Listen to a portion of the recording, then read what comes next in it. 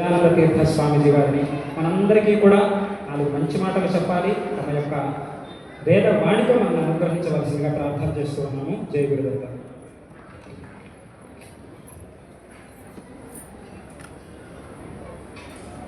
जय गुरुदत्त, श्री गुरुदत्त. जय बोलो जगत जननी जय लक्ष्मी माता को जय बोलो सद्गुरुनाथ महाराज की ఉగాది ఉత్సవాలతో మనల్ని అనుగ్రహించేందుకు పూజ్య స్వామిజీ వారు భాగ్యనగరానికి విచ్చేసి ఈ రాబోయే సంవత్సరం పేరు పరాభవనామ సంవత్సరం. పేరు వింతగా విచిత్రంగా ఉంది. ఎవరికి ఎటువంటి పరాభవాలు సద్భక్తులకి జరగకూడదు, అందరికీ దివ్యమైన జయమే కలగాలి అని జయలక్ష్మి మాత కళ్యాణంతో ఈ ఉత్సవాల పది ప్రారంభించారు.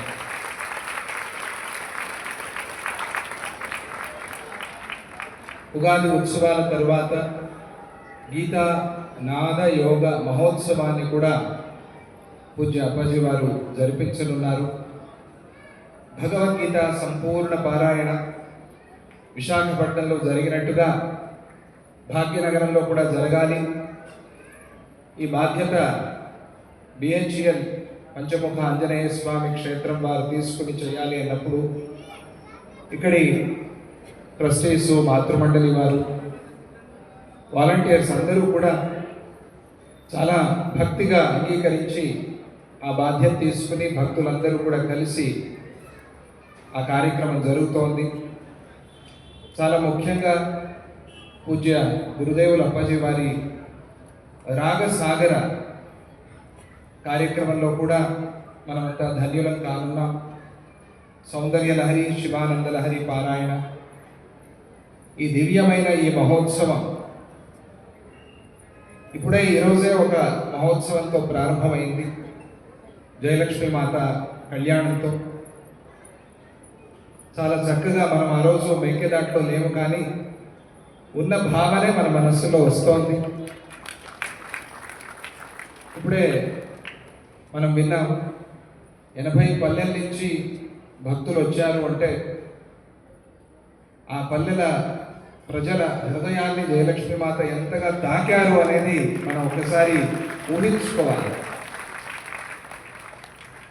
బెంగళూరు నుంచి వచ్చారు, మైసూరు నుంచి వెళ్ళారు, చుట్టుపక్కల పల్లెల వాళ్ళందరూ వచ్చారు.